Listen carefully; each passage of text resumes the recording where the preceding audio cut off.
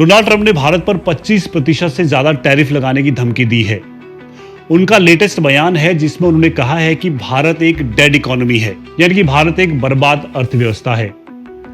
आगे मैं कुछ ऐसे हार्ड फैक्ट्स रखने वाला हूं जो डोनाल्ड ट्रंप के इस दावे की धज्जियां उड़ा देंगे।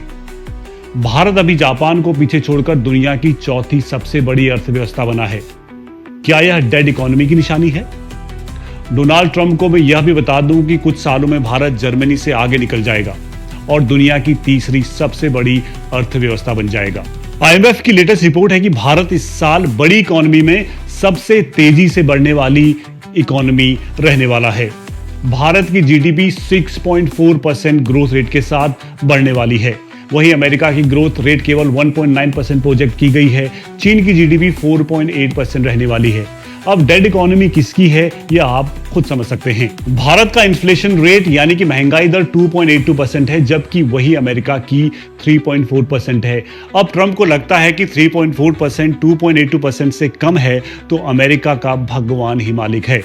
भारत का एक्सपोर्ट पिछले एक दशक में 76% बढ़कर 2024-25 में 825 बिलियन यूएस डॉलर पहुंच गया है। क्या यह एक डेड इकोनॉमी की निशानी है? फॉरेन डायरेक्ट इन्वेस्टमेंट यानी कि एफडीआई $1 ट्रिलियन के ऊपर पहुंच गया है।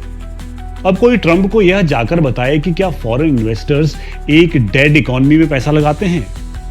2024 में भारत ने 172 बिलियन यूपीआई ट्रांजैक्शन किए हैं। अगर भारत एक डेड इकोनॉमी है तो लोगों के पास इतना पैसा कहां से आ रहा है?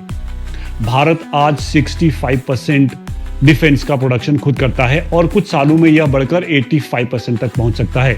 भारत ने अपनी डिफेंस कैपेबिलिटी ऑपरेशन सिंदूर के समय ऑलरेडी दुनिया को दिखा दी है। आंकड़े इतने ज्यादा है कि अगर ट्रंप के मुंह पर मार दिए जाएं तो ट्रंप का सांस लेना मुश्किल हो जाएगा।